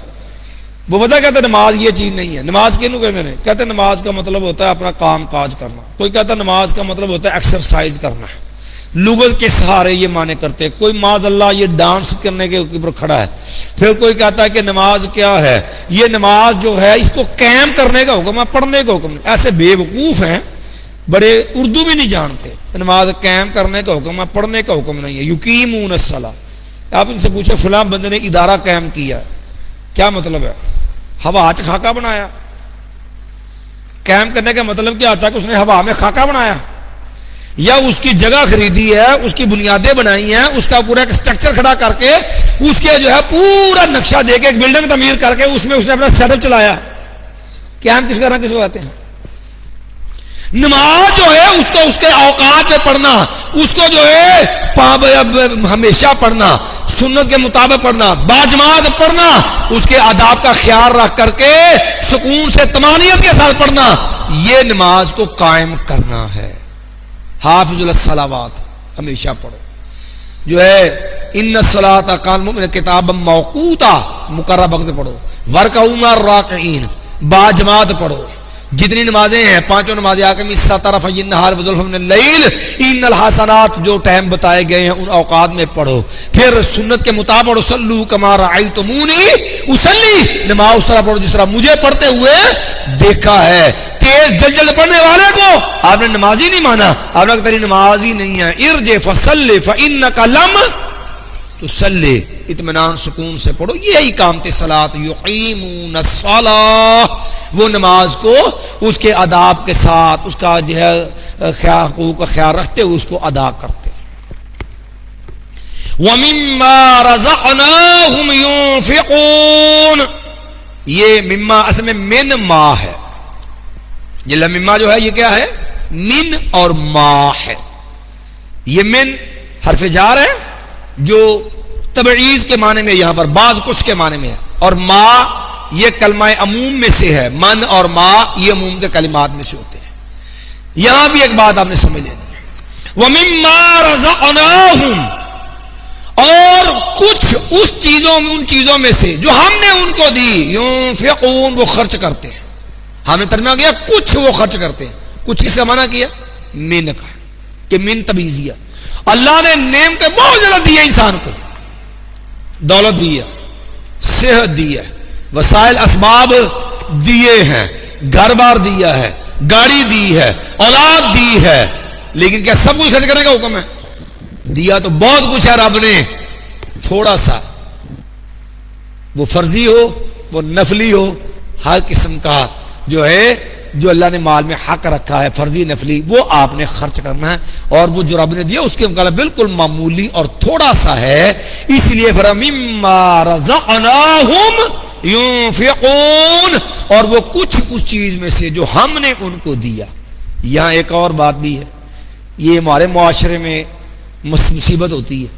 فیض مانا ملحدین کا بھی زور ہوتا ہے نا, وہ اسلام کو مذہب نہیں مانتے, وہ بالکل دین بے دین ہوتے ہیں. یعنی وہ ایسے بدبخت ہیں, ان کو اس بات کے اوپر شرمندگی ہوتی ہے کہ ہمیں کوئی یہ کہے کہ یہ فلاں کا بندہ ہے, یہ اللہ کا بندہ ہے. وہ خوش ہوتے ہیں کہ انہیں کوئی یہ کہے یہ سور دا پتر ہے, یہ کسی خنزیر دا پتر ہے, اس پہ راضی ہوتے. بڑا کیسے؟ وہ کہتے ہیں کوئی نہیں, انسان کو جو, یا انسان جو ہے اس کو اللہ نے پیدا نہیں کیا, یہ زمین اسمان خود بخود بنا ہے. کیوں؟ وہ کبھی ڈارون کا نظریہ لے آتے, کبھی کسی کا, کہ جی پہلے انسان باندر تھا, دم کٹ گئی, پہلے خنزیر تھا, تو وہ باندر کتوں آیا, وہ خنزیر کہاں سے آیا؟ وہ جس کو آپ ابا جی کہہ رہے ہیں وہ کدھر سے لے کے آئے ہیں؟ رب کو تو آپ خالق ماننے کو تیار نہیں, باندر کو باپ ماننے کے لیے تیار ہیں. تو ایسے ملحدین کا بھی یہ رد ہے, یہ مال رب نے عطا کیا ہے. پھر نظاموں پہ روتے جی, کئی نظام آئے, یہ کمیونسٹ روسی اور دیگر کئی کمیونسٹ نظام لے گئے. کمیونسٹ میں کیا ہوتا ہے؟ روٹی کپڑا اور مکان, پوٹا نعرہ لگایا جائے, جو کماؤ گے سب ریاست کا ہوتا ہے, آپ کا کچھ نہیں ہے. آپ کو رہنے کو رہائش ملے گی, کھانے کو روٹی ملے گی, پہنے کپڑے ملیں گے, باقی سب کچھ ریاست کا, آپ کی ملکیت کچھ بھی نہیں ہے. یہ جو ظالمانہ کمیونسٹ نظام ہے, قرآن کی یہ آیت اس کمیونسٹ نظام کی بھی تردید کرتی ہے. وَمِمَّا رَزَقْنَاهُمْ, اور اس میں سے کچھ جو ہم نے ان کو دیا. اور بھئی ملکیت ہوگی آپ کے اختیار میں ہوگا, آپ اس کے مالک ہوں گے تو خرچ کریں گے نا. جب آپ مالک ہی نہیں ہوں گے, آپ کی ملکیت ہی نہیں ہوگی, خرچ کہاں سے کریں گے؟ تو یہ کمیونسٹ نظام جو ہے, جو انسان کے ملکیت کے منکر ہیں, یہ ایک آیت قرآن مجید کی ان کا بھی رد کر رہی ہے اور مومن کو عقیدہ بھی دے رہی ہے کہ دیکھ تیرے پاس جو کچھ بھی ہے یہ تیری محنت ہے, یہ تیرا نہیں ہے, یہ سب رب نے تجھے دیا. دیکھنا تو تیرے تن کے کپڑے بھی نہیں, ننگا پیدا ہوا تھا, تیرے پاس کچھ بھی نہیں ہے, جانتا بھی کچھ تیرے پاس نہیں ہونا. مما رزقنا, بخیلی نہ کیا کر, کنجوسی نہ کیا کر, رب کے راہ میں دینے میں جو ہے وہ اپنے مفادات کو سامنے رکھ کے انکار نہ کیا کر. یہ تیرا نہیں ہے, رب نے تجھے دیا, رب نے تجھ سے کچھ مانگا ہے اور اس کا مال اسی کو دینا ہے, تنگ کیوں پڑتا ہے؟ وَمِمَّا رَزَقْنَاهُمْ, اور کچھ اس سے ہم نے ان کو دیا, ينفقون, وہ خرچ کرتے ہیں. اس میں فرضی بھی ہے, نفلی بھی آ جاتا ہے. وہ فرضی زکوٰۃ کی صورت میں ہو, وہ فرضی جو ہے بیوی کے زوجیت کی وجہ سے آپ کے ذمہ نام نفقہ ہے, اس فرض کی ذمہ میں ہو. وہ بچے ہیں آپ کے جن کی کفالت آپ کے ذمہ فرض ہے, ان کے اوپر جو ہے خرچہ ان کا ہے, یا نفلی, یا جو ہے نفلی ہے جو ہے آپ نے اضافی طور پہ اللہ کی راہ کے اندر خرچ کرنا ہے, جس کے اندر اسی لیے فی اموالہم حق معلوم للسائل والمحروم وَمِمَّا رَزَقْنَاهُمْ يُنْفِقُونَ. اب یہاں ایک اور مسئلہ کھڑا ہو جاتا. ہمارے ہاں لوگوں نے پراپوگنڈا شروع کیا ہوا, ہم نے بتایا جب سے رابطہ عالم اسلامی کے تحت یہ جو بریلوی ترجمہ تھا کفر الایمان, کنز الایمان جسے کہتے ہیں, جب اس کے اوپر جو ہے وہ پابندی لگ گئی نا, تو اب ان کو سوچ پڑ گئی کہ اے بارے نا اس کی تعریفیں کرو, لوگوں کے اندر اس کی جو ہے وہ عظمت ثابت کرو, پھر جھوٹے پراپر لوگوں کو گستاخ بنا کے پھر وہ تکفیری مہم شروع کر دی. اب جو ہے اس میں کتنی باطل طویلیں ہیں. اسی عہد کے تحت لکھا ہوا نعیم الدین مراد آبادی صاحب نے حاشیہ جو کنز الایمان کے نام سے نا ان کا جو اس کے اوپر حاشیہ ہے, وَمِمَّا رَزَقْنَاهُمْ, کہتے ہیں جی یہ 11ویں کل 40واں وہ بھی اسی میں شامل ہے. اِنَّا لِلَّهِ وَإِنَّا, کہتے ہیں وَمِمَّا رَزَقْنَاهُمْ يُنْفِقُونَ, جو اللہ کے راہ میں خرچ کرے انفاق فی سبیل اللہ, یہ کل 40واں اور 11ویں شریف جو ہے یہ بھی اسی کے اندر آتی ہے. حالانکہ پہلے نمبر پر یہ پیچھے ہم تفصیل سے بیان کر رہے ہیں کہ کل 40واں یہ ہندوؤں کی نقالی ہے. توبۃ الہند پڑھ کے دیکھ لیجیے. نبی صلی اللہ علیہ وسلم نے, آپ کے کتنے رشتہ دار فوت ہوئے, آپ کی بیوی سیدہ خدیجۃ الکبریٰ فوت ہوئی, 3 بیٹیاں زینب, رقیہ, ام کلثوم فوت ہوئی آپ کی زندگی میں. اسی طرح آپ کے 3 بیٹے زندگی فوت ہوئے, قاسم جو ہے عبداللہ اور ابراہیم, 3 بیٹے فوت ہوئے. زینب کا بیٹا نواز صاحب کی زندگی فوت ہوا, چچا امیر حمزہ رضی اللہ عنہ کی زندگی میں شہید ہوئے. 3 بیٹے, 3 بیٹیاں, 1 نواسا, 1 چچا, 1 بیوی, 9 افراد ہو گئے. نبی صلی اللہ علیہ وسلم نے ان کی وفات کے بعد دن تیسرا, 7واں, 40واں اور جتنے بھی آئے, نبی اللہ نے کل 40واں کیا کوئی؟ کہیں پر بھی نبی صلی اللہ علیہ وسلم نے یہ کام نہیں کیا ہے. لیکن یہاں ہمارے ہاں اہل بیت سے پھر آپ ٹپکیں گے, پھر مسئلہ کھڑا ہو جانا. یہ مسئلہ بھی ہم نے سمجھ لینا. ہمارے ہاں اہل بدعت کی ایک انٹرنیشنل دلیل ہے, بین الاقوامی دلیل ہے. جس بدعت کو بھی سہارا دینا ہے نا, بڑے ڈھیلے سے مجھے کہہ دیں گے جی تسی کہیں نہیں کرنا چاہیے بدعت ہے, منع بخاؤ. کل 40 منع بخاؤ. 11ویں شریف اے جی منع بخاؤ. اے عرس میلے اے جی منع بخاؤ. اے فلانا کام اے منع بخاؤ. حتیٰ کہ ان کے پڑھے لکھے مولوی ان کا بیڑا غرق ہو گیا, وہ بھی لیتے ہیں اے جی منع بخاؤ. ان کو کون سمجھائے بے وقوف آدمیوں. دیکھو عبادات میں ہر چیز منع ہوتی, معاملات جو ہوتے ہیں نا, کھانا پینا پہننا, یہ جو معاملات ہوتے ہیں ان کے اندر اباحت ہوتی ہے, اللہ کے شیر سے کچھ چیز نہ ٹکرائے. کہتے جی منع بخاؤ, کل منع بخاؤ جی, 7 جی منع بخاؤ جی, 40واں منع بخاؤ جی. اب منع دیکھ لو جی, بخا دینے جی منع. پہلے نمبر پر تو یہ ہے, اللہ اکبر, سنت کی 2 قسمیں ہوتی ہیں, یہ مسئلہ آپ نے دلیل سے سمجھ لینا. ایک ہوتی ہے سنت جو آپ عام بیان کرتے ہیں اس باتی, آپ صلی اللہ علیہ وسلم نے اس کا کرنا ثابت ہے, آپ نے کیا, آپ نے فرمایا, آپ کے سامنے ہوا, آپ خاموش ہو گئے, قولی فعلی تقریری. یہ آپ نے سنت کی قسمیں پڑھی ہوئی ہیں, ساری پڑھی ہیں. سنت کی ایک قسم ہے آپ نے پڑھی ہوگی لیکن توجہ نہیں دی ہوگی کبھی. سنت کی ایک قسم ہوتی ہے سنت ترکیہ. سنت کی ایک قسم سنت ترکیہ، ترک سے ہے. اہل علم پہلے کتابیں لکھی اس کے اوپر. سنت ترکیہ، سنت ترکیہ کا مطلب ہوتا ہے کہ ایک ایسا عمل، ایسا کام جس کے اسباب، وسائل، ذرائع، تقاضے، حالات موجود ہیں، اسباب موجود ہیں، تقاضے موجود ہیں، لیکن باوجود اسباب کے، تقاضوں کے، وسائل کے نبی صلی اللہ علیہ وسلم نے اگر ایک کام نہیں کیا تو وہ نہ کرنا سنت ہے. اسباب موجود، تقاضے موجود، لیکن نبی علیہ السلام نے اس کے باوجود اگر کام نہیں کیا تو نہ کرنا سنت ہے. اسے کہا جاتا ہے سنت ترکیہ. یہ بدعات کے رد میں یہ اصول ذہن میں رکھیں آپ. بہت سارے اصول ہیں جن کو سمجھنا چاہیے. ان میں ایک بنیادی اصول یہ بھی سنت ترکیہ. آپ کو کس کی دلیل کیا، یہ کہاں سے آ گیا؟ اب آپ اس کو دلیل جامع ترمذی سے، بڑی معروف حدیث ہے. یہی حدیث مولوی غلام رسول سعیدی بریلوی نے جو ہے وہ شرح مسلم سعیدی پہلی جلد میں اذان سے پہلے درود پڑھنے کا مسئلہ، اس کے تحت بھی یہ حدیث ذکر کی ہوئی ہے جامع ترمذی کے عبداللہ ابن عمر سے رضی اللہ عنہ. ہوا یہ ایک آدمی، اس کو چھینک آئی، عبداللہ ابن عمر کے پاس بیٹھے ہوئے ہیں، چھینک آئی، کہنے کہا الحمدللہ والسلام علی رسول اللہ، ساری تعریف اللہ کے لیے اور نبی صلی اللہ علیہ وسلم پہ سلام ہو. سیدنا عبداللہ ابن عمر رضی اللہ نے سنا، فرد کہنے لگے وَأَنَا أَقُولُ وَالسَّلَامُ عَلَى رَسُولِ اللَّهِ صلی اللہ علیہ وسلم. میں بھی عام حالات میں یہ بات کہتا ہوں، اللہ کے نبی علیہ السلام پہ سلام ہو. وَلَيْسَ هَكَذَا عَلَّمَنَا رَسُولُ اللَّهِ صلی اللہ علیہ وسلم. لیکن دیکھو اللہ کے نبی علیہ السلام نے ہمیں اس طرح جو ہے یہ پڑھنا سکھایا نہیں. کیا پڑھا تھا؟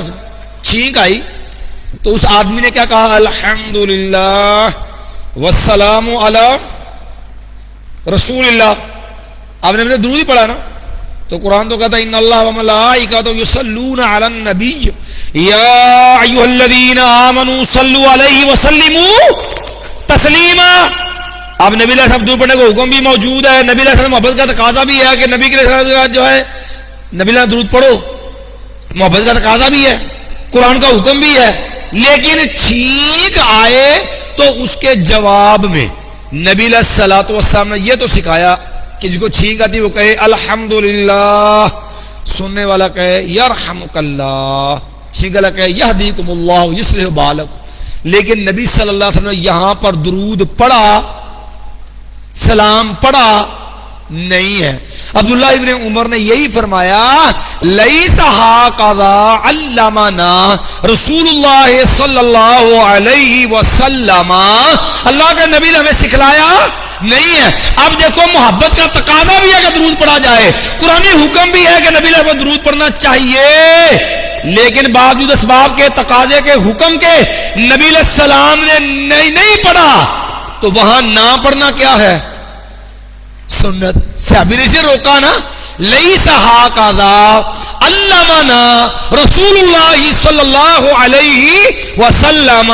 اللہ کے نبی علیہ السلام نے اس طرح میں سکھلایا نہیں ہے. اسے کہتے ہیں سنت ترکیہ. دلیل مل گئی ترکیہ کی.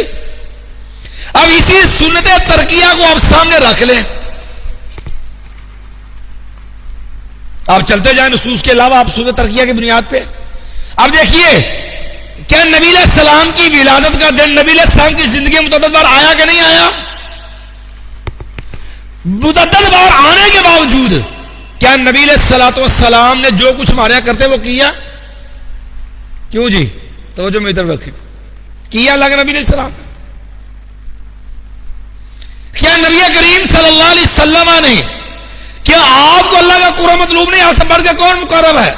کوئی نہیں ہو سکتا. کیا اذان سے پہلے جو درود پڑھتے ہیں کیا خیال ہے؟ نبی علیہ السلام کے دور میں بلال مؤذن، ابو محذورہ مؤذن، اور ابو محذورہ کے بعد عبداللہ ابن ام مکتوم مؤذن، اور صاحب اذان عبداللہ بن زید بن عبد ربہ ہی. اب دیکھیے اذان ہے، محبت کا تقاضا تقاضا ہے درود پڑھا جائے، قرآن کا حکم ہے صلو علیہ وسلم تسلیما، لیکن میرے نبی نے پڑھا نہیں، لہذا اس سے پہلے اذان سے پہلے درود پڑھنا نبی نے چونکہ اس کے باوجود اسباب تقاضوں کے نہیں کیا، نہیں پڑھا، لہذا نہ پڑھنا سنت ہے۔ یارو ہم درود پڑھنے کے منکر نہیں ہیں، لیکن سنتے ترکیہ کیا ہے؟ یہ اسلام کا ایک قانون ضابطہ ہے، سنت کی ایک بنیادی قسم ہے۔ ہمارے یہاں طلبہ کا یہ بھی توجہ نہیں ہوتی، یہ ذہن میں رکھیے گا، بہت سارے مسائل حل ہو جائیں گے۔ بات سمجھے؟ ایک دوسرے انداز سے مسئلہ سمجھا دیتے، الزامی انداز سے۔ ہمارے یہاں جو عام طور بیتی کہتے ہیں منع بخاؤ جی، ہم نے کہا چلو نیڑے کام مک جائے گا، ایسے تو پھر ایسے ہی صحیح، ایسے کو تیسا کہتا جی منع، جس بدعت کا رواج ہوتا ہے، کیونکہ ہمارے ہاں بڑا آسان طریقہ نا بدعت نکالنے کا، جو بھی بدعت بنانی ہونا، جو بھی نیا کام نکالنا، جو الٹا سیدھا پنگا کرنا ہونا، اس کے ساتھ شریف کا لخ لگا دو، بس وہ مقدس ہو گئی۔ کل شریف، 7واں شریف، 11ویں شریف، بابرہ شریف، عمر شریف، نواز شریف، محمد شریف، جو ہماری ہر شریف جس برائی کی بدعت کی ترویج مقصود ہو اس سے ساتھ شریف کا لاحقہ لگا دو، چلو جی وہ مقدس ہو گئی۔ پھر جب کوئی کہہ دے بھی کدھر سے آئی تو کہتے منع بخا دیو۔ اب دیکھو بڑا آسان طریقہ، منع والا حل بڑا شاندار ہے۔ کہتے ہیں نا امام ابن تیمیہ رحمۃ اللہ علیہ نے ایک جگہ لکھا ہے کہ اہل بدعت کا رد کرنے کے لیے ضروری ہے، بلکہ ابن قیم رحمۃ لکھا ہے اہل بدعت کا رد کرنے کے لیے ضروری ہے کتاب و سنت پر رسوخ کے بعد اہل بدعت کی کتابوں کو بھی توجہ سے پڑھنا چاہیے، اس کا بطلان ان کی کتب سے آپ کو مل جائے گا، لیکن اپنی کتابوں پہ دین پہ رسوخ کے بعد ہونا چاہیے، ورنہ گمراہ ہو جاتا ہے بندہ بعض اوقات۔ اب جو دیکھیے آپ نے ہمارے ہاں جماعت الدعوہ والے کوئی کشمیر میں نوجوان شہید ہو جاتا، یہ غیباً نماز جنازہ پڑھتے تھے، اس کا نتیجہ لوگوں کے اندر رغبت پیدا ہوتی تھی، لوگوں کے اندر شوق آتا تھا، لوگ ان کی طرف مائل ہوتے تھے۔ تو اب تنظیمی اختلافات سے ہٹ کے ہمارے غیر مسلک کی جو تھے دیوبندی بریلی، ان کو بڑی پریشانی تھی کہ یہ جہاد کے نام پہ ہمارے نوجوانوں کو وہابی غیر مقلد بنا رہے ہیں۔ پریشانی تو تھی، ان کو بڑی پریشانی تھی، بلکہ یہاں تک کہتے تھے کہ انہوں نے ماسکر جو ہے یہ چکیاں بنائی ہوئی ہیں، اتو بندہ غیر اتو بندہ بریلوی دیوبندی وہ تھوڑا وہابی کر لیں گے، طرح طرح کی لوگ باتیں کرتے تھے۔ اب ہوا کیا، اب ان کو پریشانی تھی، اس کی وجہ سے غیبانہ نماز جنازہ، امام شافعی تو غیبانہ نماز پڑھنے کے قائل ہیں اور بہت سارے اہل محدثین کے قائل، لیکن امام ابو حنیفہ قائل نہیں ہے۔ اب حنفی حضرات چونکہ غیبانہ نماز جنازہ پڑھنے کے قائل نہیں ہیں، تو یہ پارٹی دربار کے اوپر مولوی اشرف آصف جلالی جو تھا، اس جلالی نے وہاں پر سیمینار کیا، حالانکہ سیمینار کرنے کی کوئی ضرورت نہیں تھی کہ غیبانہ نماز جنازہ جائز نہیں ہے، سیدھی سی بات تھی، ہمیں کہہ دیتے بھی دیکھو یہ اللہ کے نبی نے منع کیا، تم سیمینار جو ہے وہ غیبانہ نماز کو پڑھتے، ہم کہتے کہ آپ اللہ کے نے آپ نے کہا ہے کہ جو برائی بھی آپ بدعت اختیار کرتے ہو، ہم کہتے اس کا ثبوت کدھر ہے، تم کہتے منع دکھا دو، بھئی تم اللہ کے نبی علیہ السلام سے غیبانہ نماز جنازہ پڑھنا منع دکھا دیتے، ہم چھوڑ دیتے۔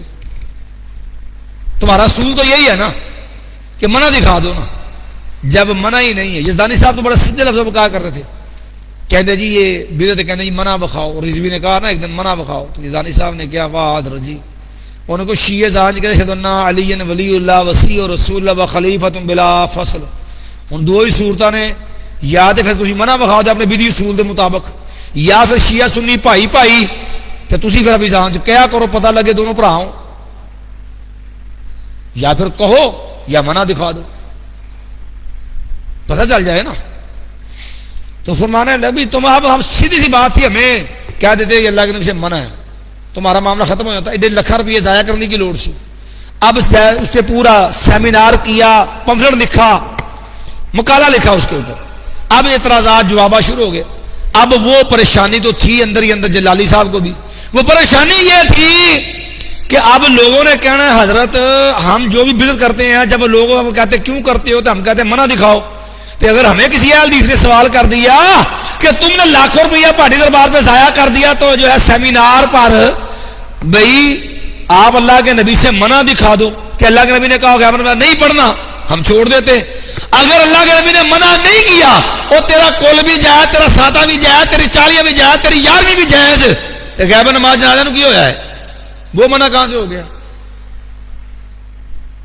اور کہنے لگا اگر کوئی یہ کہے, اب سوال مقالے میں اندر اعتراضات کے جواب دینے تھے, جواب لکھا, کہنے لگا اگر کوئی کہے کہ اللہ کے نبی صلی اللہ علیہ وسلم نے منع تو نہیں کیا, اللہ کے نبی نے اگر غیبہ نماز پڑھا نہیں تو اللہ کے نبی نے منع بھی نہیں کیا, تو نتیجہ کیا نکلا کہ جب اللہ کے نبی نے پڑھا نہیں, منع بھی نہیں کیا, تو پھر جو بدعی اصول ہے حنفیوں کا منع بخاؤ, اس کا تقاضا تو پھر جائز ہے, غیبہ نماز پڑھ سکتے ہیں. کہتا نہیں, کہتے دیکھو اب ایک جلالی صاحب نے قاعدہ بیان کیا, کہتے نا جی باندر ہاتھ ماچس نہیں ہونی چاہیے, باندر ہاتھ بندوق بھی نہیں ہونی چاہیے, کیونکہ وہ بیوقوف جاہل ہوں, وہ ہاتھ بندوق ہے تو انہوں نے کھڑکا چڑنے سر جہاں گیا انہیں کھڑکا کرنا, تو باندر ہاتھ ماچس آ جائے تو انہیں پورا گلشن ہی ساڑ چڑنا, اکل بیوقوف ہوں نا. بڑی محنت کے ساتھ قاعدہ بنا کر کے ہر بدعت کو جواز بخشا, کل ساتا چاڑیا جناب ساری بدعت کو. اب پھنس گیا آگے, تو جلالی صاحب نے وہی کردار ادا کیا اور پورے بدستان کو آگ لگا دی. کیسے لگائی؟ کہنے لگا دیکھو منع اس کا ہوتا ہے, منع اس کا ہوتا ہے جس کا وجود ہو. منع کس کا ہوتا ہے؟ جس کا پہلے وجود ہو. جب اللہ کے نبی علیہ السلام کے دور میں کسی نے غیباً نماز جنازہ پڑھا ہی نہیں تو منع کیسے ہوتا؟ منع اس کام سے کا ہوتا ہے, منع کا ثبوت اس کا ہوتا ہے جس کا پہلے وجود ہو. جب اللہ کے نبی علیہ السلام کے دور میں کسی نے پڑھا ہی نہیں تو منع کہاں سے ہوتا؟ ہم نے کہا چلو الحمدللہ معاملہ حل ہو گیا.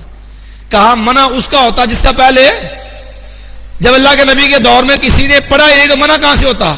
آپ کہتے کول ساتا 40 یا 11ویں, بھئی منع بخاؤ, آپ نے خود ہی قاعدہ دے دیا منع اس کا ہوتا جس کا پہلے وجود ہو. اللہ کے نبی کے دور میں 11ویں کسی کا دینا ثابت تو کرو نا, پھر منع بھی دکھا دیتے ہیں. اللہ کے نبی کے دور میں کسی کے کول کرنا ثابت تو کرو, پھر منع بھی دکھا دیتے ہیں. اللہ کے نبی علیہ السلام کے دور میں اپنا مروجہ ساتہ مروجہ 40واں مروجہ جو ہے وہ ختم برسی وہ عرس, وہ پہلے کرنا ثابت تو کرو, پھر منع بھی دکھا دیتے ہیں. از لیسا فلیسا. سناؤ پھر کیسا کمال ہے اس ماچس دا. بہرحال تو یہ اہل بدعت کا جو اصول ہے یہ جو ہے خود ان کے اپنے گھر کو برباد کر دیا.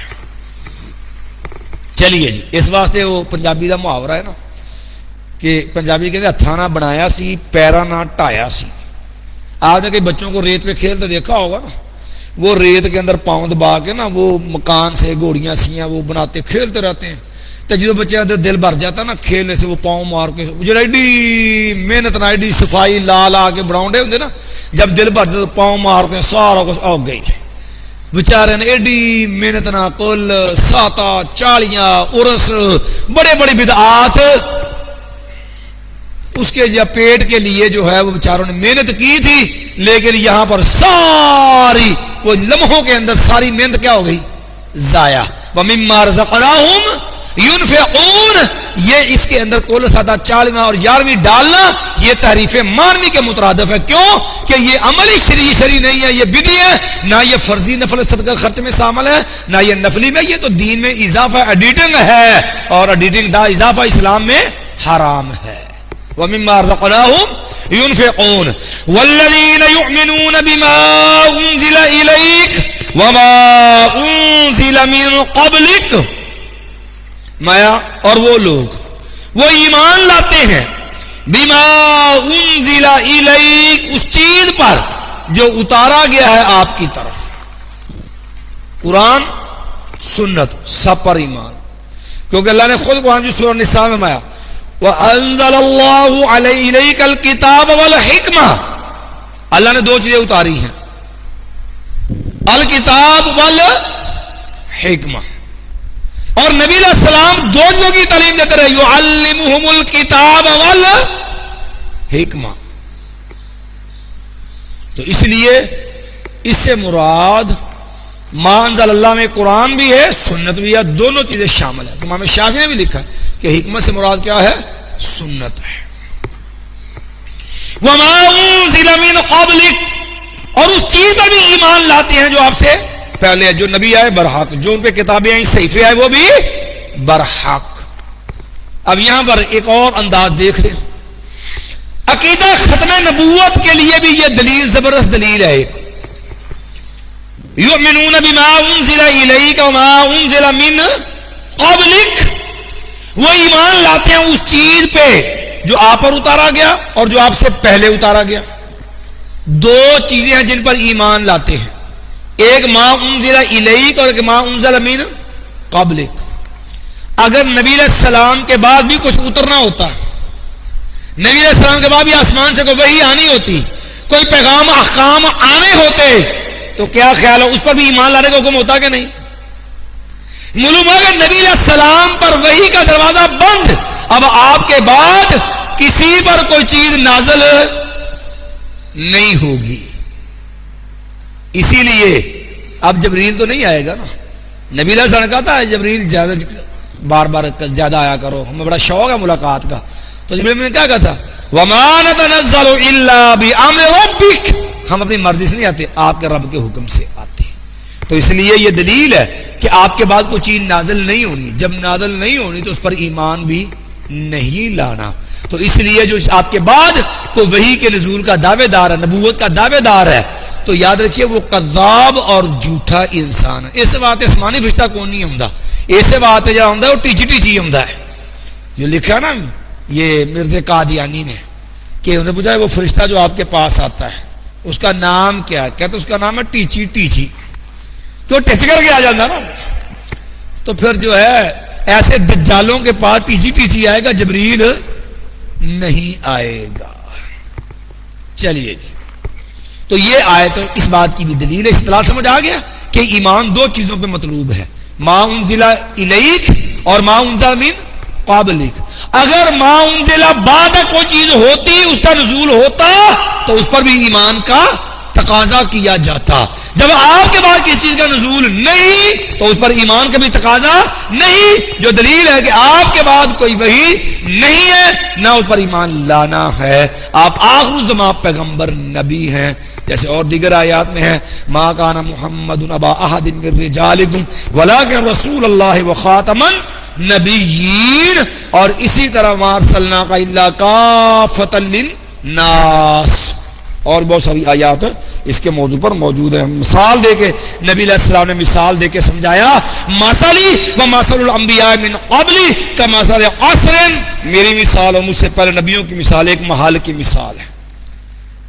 دیکھنے والے آتے ہیں، محل بڑا خوب، بڑا خوش ہوتے ہیں، اور اس محل کے اندر الا جو ہے ایک محل کے اندر ایک اینٹ کی جگہ الا موضع لابینہ، ایک اینٹ کی جگہ باقی ہے، اور نبی وانا تلک اللابینۃ، اور نبوت والے اس قصر محل کی آخری اینٹ کون ہے؟